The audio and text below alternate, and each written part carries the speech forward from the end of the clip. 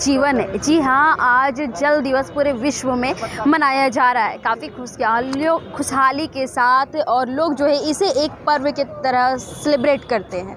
जी हाँ, प्रकृति दिवस हो या जल दिवस हो, लोग जो है काफ़ी अच्छे से और धूमधाम के साथ इसे मनाते हैं। वहीं इस वक्त हम आ पहुँचे हैं झारखंड के प्राधिकरण प्लास सभागार डोरंडा में, जहाँ पे आप देख सकते हैं कि तरह तरह के पेंटिंग्स जो है लोगों के द्वारा दर्शाए गए हैं। लोग जो है अलग अलग जगहों से यहाँ आए हैं और अपनी पेंटिंग में जो है प्रकृति से जुड़ी बातों को दर्शा रहे हैं। वहीं यहाँ पे और भी लोग मौजूद हैं, प्रकृति से जुड़ी बातें क्या क्या कुछ कहते हैं हम उनसे जानेंगे। तो वन भवन में इस वक्त हमारे साथ जुड़ चुके हैं अमित जी, जो कि आप देख सकते हैं विजुअल के माध्यम से कि किस तरह से एक पेंटिंग तैयार की है, जो कि ये जयपुर से। हम इनसे जानेंगे कि क्या कुछ उद्देश्य है इस पेंटिंग का, जबकि लोग देखेंगे तो एक पल के लिए उनके मन पे यही ख्याल आएगा कि आखिर क्या कुछ संदेश देता है ये पेंटिंग। हम इनसे जानेंगे क्या कुछ संदेश देता है अमित जी ये पेंटिंग। देखिए, कोई भी रेखा होती है, कोई भी हम कहें कि बिंदु होता है, उसका एक अपना मीनिंग होता है। कला जो है वो उसके पीछे बहुत अर्थ होते हैं, वो हमेशा अर्थ पूरक होती हैं। तो जैसे यहाँ पे हम लोग आए हैं जो ये आर्ट कैंप किया है, तो ये प्रकृति रूपक आर्ट कैंप है। तो हमने भी इस प्रकृति को अपने अनुसार मैनिफेस्ट किया। दरअसल कला जो है वो केवल हम कहें कि वो अभिव्यक्ति है, वो प्रतिकृति नहीं है, वो अभिव्यक्ति है। और प्रकृति अपने आप में एक बड़ी अभिव्यक्ति है, एक कॉस्मिक हम कहें कि एक लय है। तो जैसे कि आप देख सकते हैं कि ये मल्टी कलर पेंटिंग है, ये एक एब्स्ट्रैक्ट काम है। एब्स्ट्रैक्ट मतलब कि अमूर्त काम है, और प्रकृति की चेतना भी एक अमूर्त है। मूर्त और अमूर्त, वहाँ पर उस दोनों का समागम है, दोनों का एक हम कहें कि को एग्जिस्टेंस वहाँ पे देखने को मिलता है। तो ये रंग हैं, यहाँ पे रेखाएं हैं, बिंब हैं, प्रतिबिंब हैं, रूप है, प्रारूप है।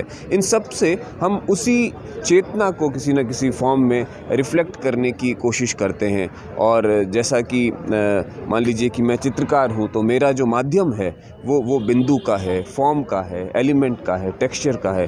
उससे मैंने अपनी प्रकृति को सृजित किया है। तो हम अपने भावों को किस तरह से अभिव्यक्त करते हैं वो हम चित्रों के मार्फत दिखाते हैं। जी, प्रकृति से सर सभी को लगाव होते हैं। यहाँ पे तरह तरह के पेंटिंग्स है जहाँ पे प्रकृति की चित्रें बनी हुई है। क्या कुछ कहेंगे कि प्रकृति को लोग बचा रहे हैं और एक तरफ जो है ख़त्म होता जा रहा है उसकी प्रजाति। देखिए, वैसे तो अब बड़े सिनेरियो पे आप देखें तो बहुत प्रकृति हमेशा से ही कठिनाई में ही है, क्योंकि हम जो जिस आधुनिकीकरण के दौर से गुजर रहे हैं वहाँ पे सभी हम बहुत स्वार्थी हो गए हैं और हम अपने अलावा दूसरों को नहीं देख रहे हैं। और चित्रकारों ने यहाँ पे यही संदेश देने की कोशिश की है कि भाई आपको इस पूरे पर्यावरण के साथ में समतुलना को बनाना है, पर्यावरण के साथ में समन्वय को बनाना है, उस लय को कहीं ना कहीं पकड़ने की कोशिश करनी है। तो आप इधर देखेंगे तो यहाँ पे एक अलग किस्म से पेंटिंग है, पीछे देखेंगे तो एक अलग किस्म से पेंटिंग है, इधर एब्स्ट्रैक्ट है। तो सभी ने अपने अपने भावावेशों को, अपने अपने हम कहें कि भावनाओं को अपने माध्यम से अभिव्यक्त किया है। तो कहीं पे नेचर है, कहीं पे हम कहें कि दर्शन है, कहीं पे कुछ और जो है संभावनाएं यहाँ पे अभिव्यक्त हुई है। तो मेरा नाम अमित है और मैं जयपुर से आया हूँ, राजस्थान से। और मुझे यहाँ पे आके बहुत अच्छा लगा, क्योंकि राजस्थान तो रेगिस्तान है और यहाँ पे इतने हरे हरे वृक्ष, हरियाली देख के बड़ी प्रेरणा मिली और बहुत अच्छा लगा। और यहाँ पे लोगों से मिलके हमको बहुत अच्छा लगा, काम करने का जो अवसर मिला वो बहुत अच्छा लगा। तो हम झारखंड सरकार के जो वन विभाग है, संजीव जी यहाँ पर हैं जिन्होंने इस कैंप को आयोजित किया है, उनके आभारी हैं। हम यहाँ के लोगों के आभारी हैं, क्योंकि जहाँ पर आप होते हैं उनके प्रति कृतज्ञता, ये कला हमें यही सिखाती है कि हम कृतज्ञ बने और हम एक दूसरे से प्रेम करें, हम एक दूसरे का सम्मान करें। तो यही है। तो जय जोहार, सभी को जोहार, थैंक यू। अब हमारे साथ जुड़ चुके हैं अलय कुमार घोषाल, जो कि कोलकाता से है, और आप इनकी अद्भुत पेंटिंग जो है देख सकते हैं। हालांकि देखने से तो ये समझ उतनी नहीं आ रही कि क्या कुछ है। वहीं हम जो जानेंगे, जो इनके करता धरता है, हम उनसे जानेंगे कि क्या कुछ दर्शाता है ये पेंटिंग। हालांकि सर, आज पर्यावरण दिवस हो या जल दिवस हो, आज जल कहीं ना कहीं लोगों के लिए बहुत महत्वपूर्ण रखता है सर। प्रकृति जो होती है, प्रकृति नहीं तो हम नहीं हो जाता है सर। तो कहीं ना कहीं उसके अवसर पर आज यहाँ एक प्रोग्राम रखा गया वन भवन में, जहाँ पे आपको भी आने का अवसर मिला। सर, क्या कुछ दर्शाता है सर आपकी पेंटिंग, हमें बताएं। तो 3 दिन से ये कैंप चल रहा है ना। जी सर। 3 दिन से कैंप चल रहा है। तो 3 दिन 3 वन दिवस था, ये प्रकृति जल दिवस था, इसके बीच में और एक दिवस था क्या, पर्यावरण दिवस। 3 दिवस था। मैं तो ये 3 दिवस मिल के एक काम करने का कोशिश किया है। सबसे बड़ा बात ये कि इतना इतना जल्दी के जल्दी इसके ऊपर भावना करना थोड़ा सा मुश्किल होता है, क्योंकि इतना बड़ा वास्ट सब्जेक्ट है कि आओ बैठो ये बनाओ, ये नहीं हो सकता। क्योंकि मैं तो एक प्रैक्टिस में हूँ, जो प्रैक्टिस तो ऐसा तस्वीर ऐसा फ़ोटो बनाने के लिए मैं तैयार नहीं था जी। फिर भी मेरा जो स्किल है, मैं जो सीखा है इतना दिन कॉलेज से और इतना दिन प्रैक्टिस करने के बाद, तो मैं ये सोचता हूँ कि नो ये तो हो भी सकता है। तो बैठ के मैं क्या सोचा नो, मैं पूरा काल से प्रकृति को, ये प्रकृति का क्या मूल्य है प्रकृति का, ये हम सबको सिखाया वो टाइम का मुनि ऋषि ने। जी सर, आप ये मुनि ऋषि ने सिखाया। ये है वो मुनि ऋषि जो मुनि ऋषि, हाँ, ये दोनों बातचीत करता है कैसे नेचर को सेव किया जाए। ये दोनों बात करता। तो मैं तो वो बात का डिटेल तो नहीं दे सकता, लेकिन इसका आवाज़ दे सकता हूँ कि उसके बारे में, इसलिए कि मेरा पीछे जो कलर है वो कलर नेचर का कलर है। इसमें कोई कुछ कलर नहीं है जो नेचर के बाद हो सकता है। इसलिए पीछे सोचिए कि मेरा काम तो एक्सप्रेशन स्टाइल का होता है। जो मैं फील करता है वो मैं एक्सप्रेस करता है। इसलिए जो मैं नेचर देख के जो फील किया है, सोचिए कि ये बात है, ये पीछे जो है ये जंगल है, वन है, वहीं पे ये बैठ के ये नेचर कैसे सेव करके हाँ, नेचर का जानना कि ऐसा क्या फीलिंग है, ये इसको कैसे मेरा अपना भावना में मैं रख सकते हैं, ये सोचता है यार, ये आलोचना करके इसका सूत्र निकलता है। ये अपना परिचय ये निकल करके ये सबको बताता है, ये ऐसा करो कि नेचर ठीक रहेगा, क्योंकि नेचर हमको सेव करेंगे, बचाएंगे। ये है मेरा पेंटिंग का थीम।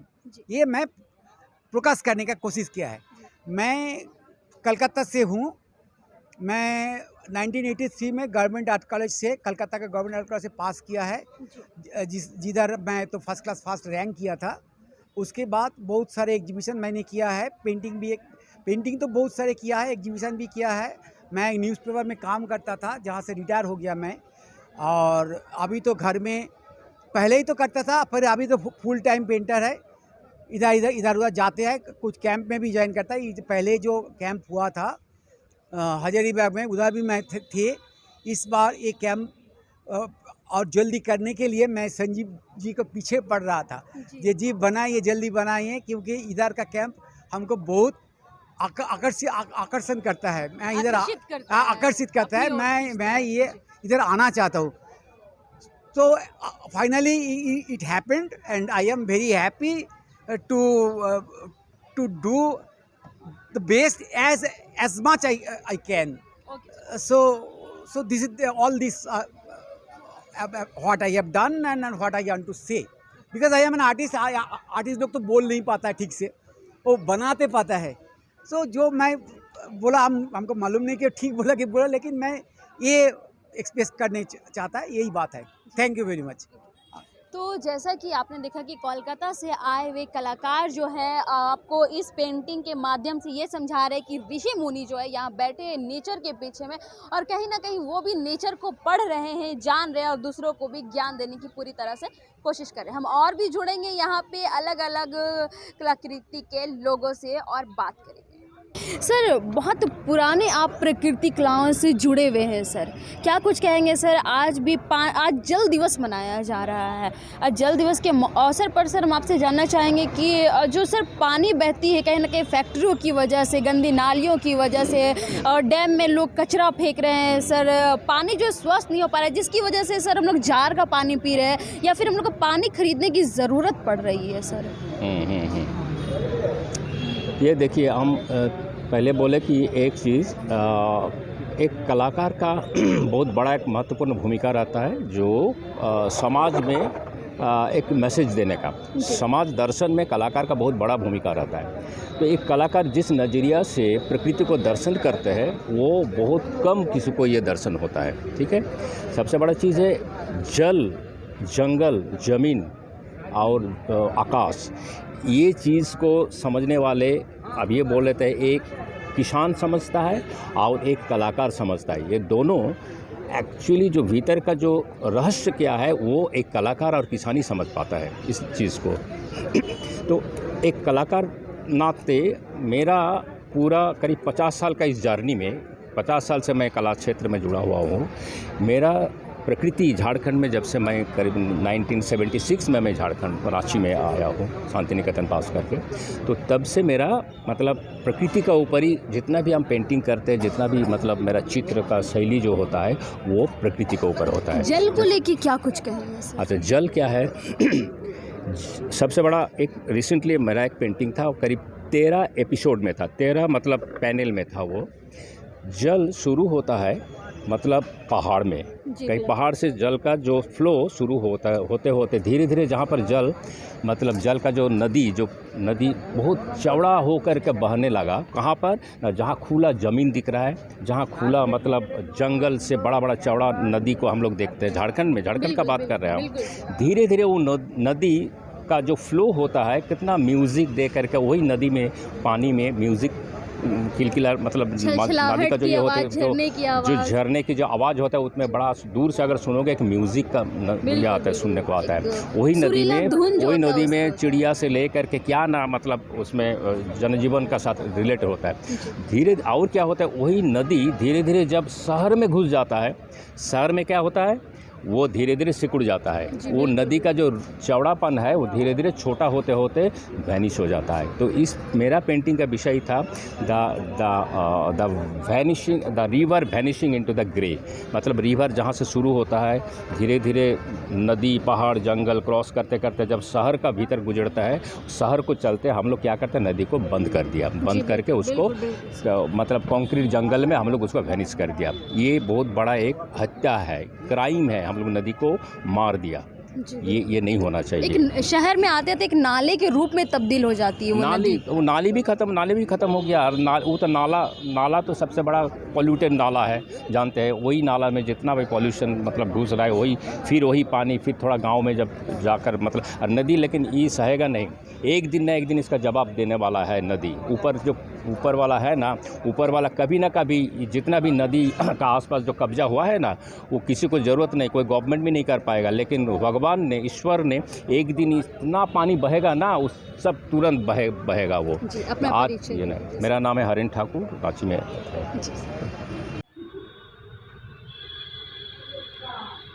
वर्ल्ड वाटर डे जो कि आज पूरे देश में मनाया जा रहा है, हम हमारे साथ जुड़े हुए हैं संजीव जी, हम इनसे जानेंगे कि क्या कुछ कहेंगे। सर, आज जो है पहाड़ से कहीं ना कहीं नदियां निकलती आती है और शहर में एक नाले के रूप में तब्दील हो जाती है।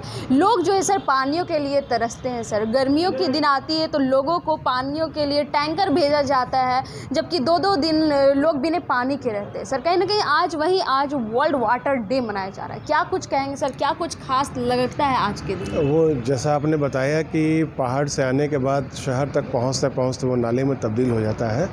तो बेसिकली जो हम लोग का वाटर शेड है, जो कैचमेंट एरिया है, उसमें हम लोग कार्य कर रहे हैं। उस कार्य से क्या होगा कि जो पानी आ रहा है और उसका कटाव हो जा रही मिट्टी का, सब जगह सिल्टेशन हो रहा है, वो रुकाव होगा और इसके वजह से पानी का जो संग्रहण की क्षमता है वो बढ़ेगी। ये हम लोग कार्य कर रहे हैं। और बल्कि जंगली क्षेत्र में इस तरह के कार्य कई जगह किए जा रहे हैं, चेक डैम बनाए जा रहे हैं, जिनसे कि जो पानी बह जा रहे थे और ज़मीन का कटाव हो रहा था वो थोड़ा रुकेगा और पानी नीचे जाएगा और जल स्तर बढ़ेगा। आज सर काफ़ी खुशियों के साथ, हर्षोल्लास के साथ एक पर्व के रूप में सर वाटर डे मनाया जा रहा है। बिल्कुल, इसीलिए कैसा लग रहा है सर? ये देखिए, ये बेसिकली एक सिंबॉलिक है। चाहे हम लोग इन्वायरमेंट डे मनाते हैं, फॉरेस्ट्री डे मनाते हैं या वाटर डे मनाते हैं, ये एक सिंबॉलिक होता है कि हमको ये काम करना चाहिए, ये हमें आवश्यकता आ गई है। आप याद कीजिए कि जो हम लोगों के जितने भी पौराणिक ग्रंथ हैं, जितने भी पुराने हम लोगों के ग्रंथ हैं, चाहे किसी भी भाषा में हो, वो उसमें हम लोग के प्रकृति के बारे में भी लिखा हुआ है, वाटर के बारे में लिखा हुआ है, फॉरेस्ट के बारे में लिखा हुआ है। लेकिन आज वो हमारे बिल्कुल एग्जिस्टेंस की बात हो गई है कि हमको उसको संभाल करके रखना ही रखना है। तो एक सिंबल कर करके एक दिन मनाया जाता है ताकि हम लोग उसको ऐसा नहीं हो कि एक दिन करें, बल्कि हम लोग पूरे सालों भर उसको पालन करें। हम लोग सालों भर जब तक नहीं पालन करेंगे, एक दिन से नहीं होगा। तो एक उस दिन हम लोग प्रोग्राम करके मैसेज देना चाहते हैं। कहीं ना कहीं सर पानी की अहमियत लोग इतने भूल चुके हैं कि अब जो है पानी खरीद के पीने की नौबत आ गई है सर लोगों में। हाँ, तो इसके लिए बेसिकली ये होना चाहिए कि पानी हमको बर्बाद नहीं करना चाहिए। आप कई जगह देखते हैं कि जहाँ पानी की जितनी आवश्यकता है उससे ज़्यादा हम लोग खर्च करते हैं। वो यदि हम लोग किफ़ायती रूप से करेंगे, वाटर कंजर्वेशन का काम करेंगे, रेन वाटर हार्वेस्टिंग का काम करेंगे, तो निश्चित रूप से हम लोग का उससे समस्या से समाधान मिल सकता अपना है। परिचय दीजिए। Sanjeev Kumar, additional PCC of Campa. ठीक, थैंक यू।